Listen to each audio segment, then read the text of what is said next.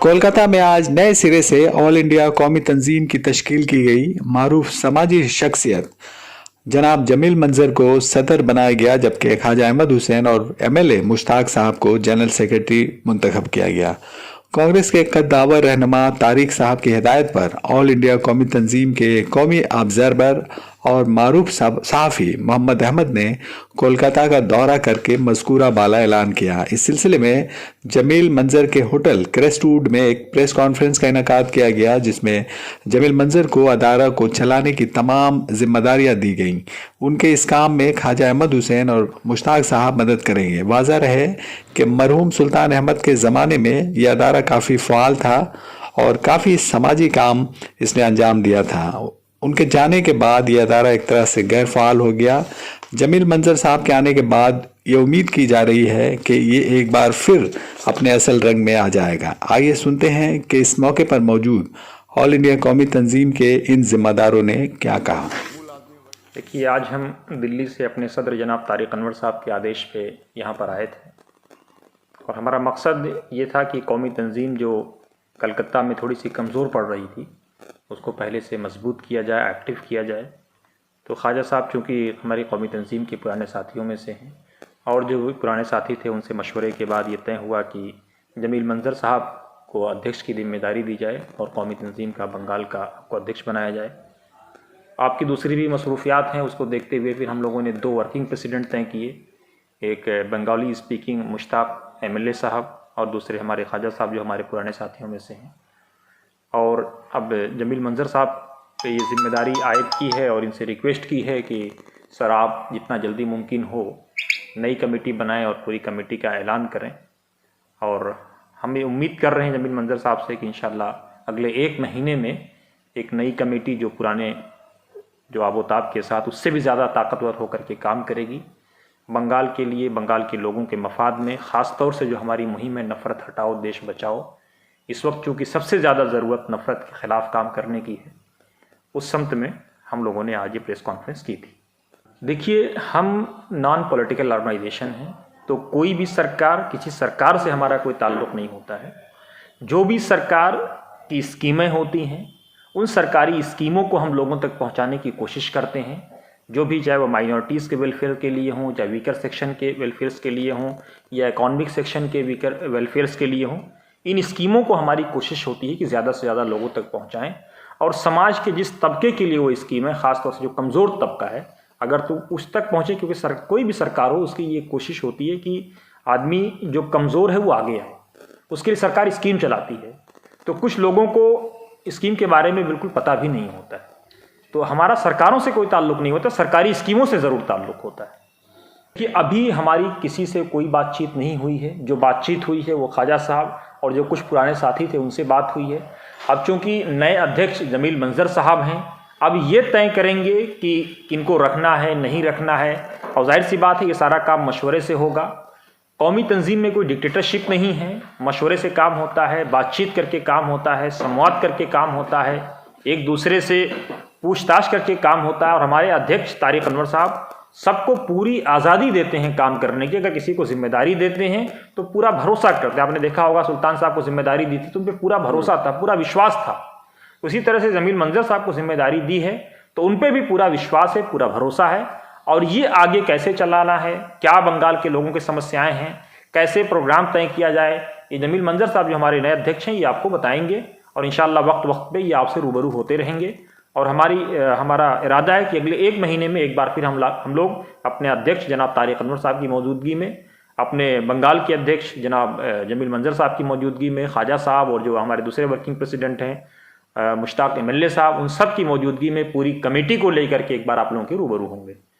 तो जी, ये बिल्कुल नई कमेटी होगी, इसमें पुराने लोग भी होंगे, नए लोग भी होंगे, लेकिन ये तय जमील मंजर साहब को करना है। एक लफ्ज़ों में अगर मैं कहूँ कि इसके अगराद व मकासद ये हैं कि वीकर सेक्शन, समाज का जो कमज़ोर तबका, उसके उत्थान के लिए, उसके डेवलपमेंट के लिए, उसके डेवलपमेंट के लिए काम करना है।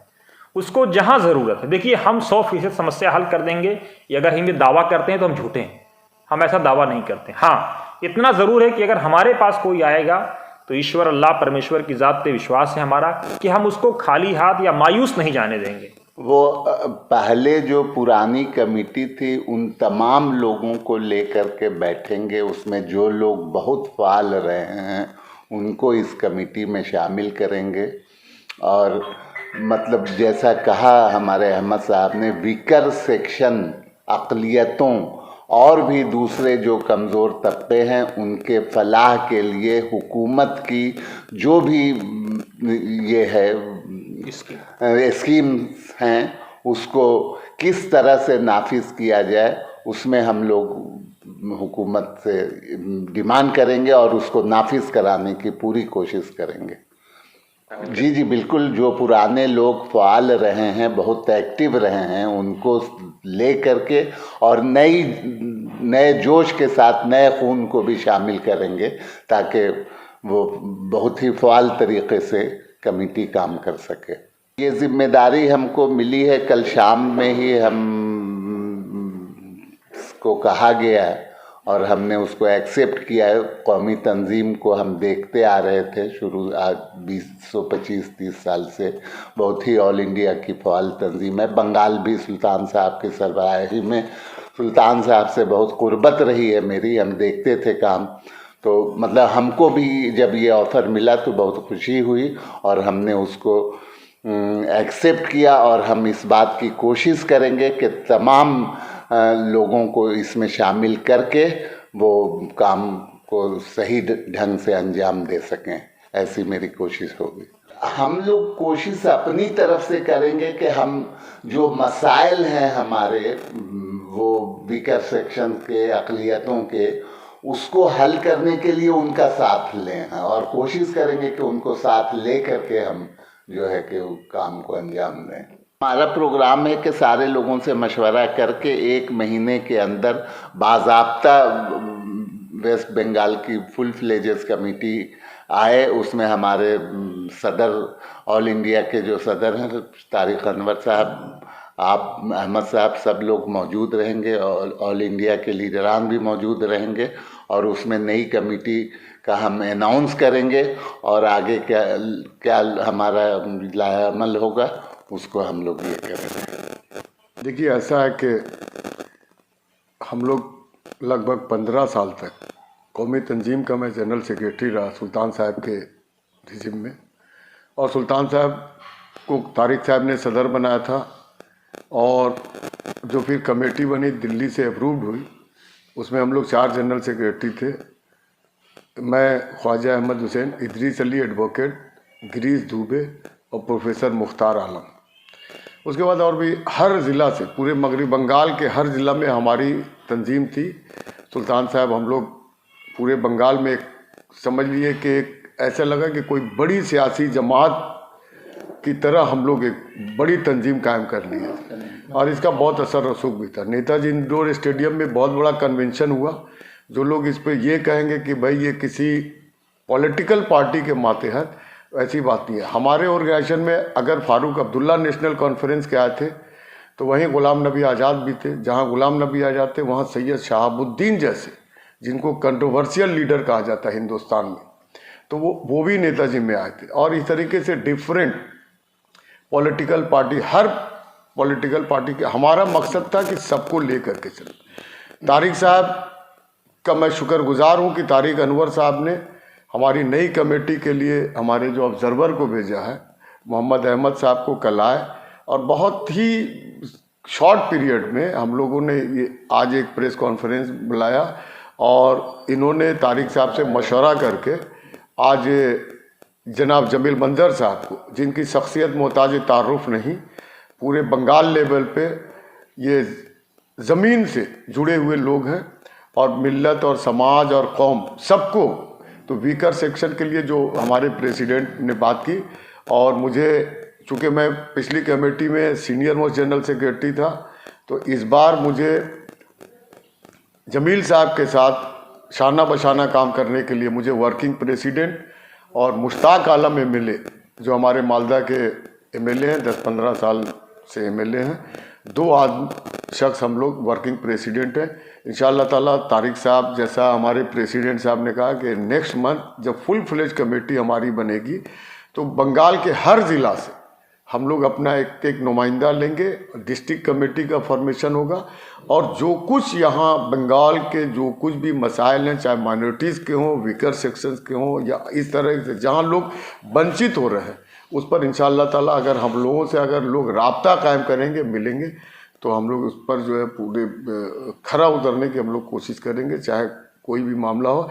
और आप जमील साहब को जानते हैं कि भाई जमील मंजर इस मामले में बहुत ही अपने आप को एक honest president, I proud myself on Jameel Manzar साहब कि बहुत ही कद्दावर और बहुत ही नेक और बहुत ही एक इनर्जेटिक प्रेसिडेंट मगरिब बंगाल कौमी तंजीम को मिला।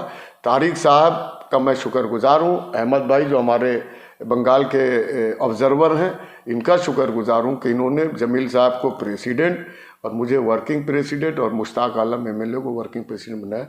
इंशाअल्लाह ताला जो प्रीवियस कमेटी थी, देखिएगा उससे अच्छी कमेटी इंशाअल्लाह काम बना करके हम लोग काम करेंगे, और ये under the leadership of honourable Shri Jameel Manzar साहब। डॉक्टर साहब की तारीफ ये है कि डॉक्टर साहब का नाम गुलाम हैदर है, आप चाइना से पढ़ करके आए हैं, और कोरोना में माशाल्लाह सबसे ज़्यादा इलाज डॉक्टर साहब ने, मेरी जानकारी में बंगाल में जिन लोगों ने भी काम किया उनमें से डॉक्टर साहब का एक बड़ा काम है। और इनका काम ऐसा है कि जो लोग अपने पेरेंट्स को छोड़ चुके थे उनके घर गए, उनको दवाएं पहुंचाई, उनका इलाज किया। और एक दो पेशेंट मैं जानता हूं जो इलाहाबाद के आसपास के अतराफ में रहते हैं, उनको यहाँ से डॉक्टर साहब ने ट्रीट किया और 30-30, 40-40 दिन के बाद वो ठीक होकर के आए। आप लोगों को इनसे बात करना चाहिए, मेरी राय है। अच्छा, एक बात बताएं कि डॉक्टर साहब को भी हम लोग कौमी तंजीम में रखेंगे, हर शोबे से हम लोग रखेंगे, प्रोफेसर, टीचर, डॉक्टर, जर्नलिस्ट, दो जुमला आप भी कह दें। यूनिटी सबसे ज़्यादा इम्पोर्टेंट है अगर डेवलपमेंट के लिए। नफ़रत जो है इसका सबसे बड़ा प्रॉब्लम है। नफ़रत को एक बीमारी की तरह समझना चाहिए। जब तक कि बीमारी दूर नहीं होगा, इंसान कभी भी डेवलप नहीं कर पाएगा, चाहे वो मुस्लिम हो चाहे हिंदू हो।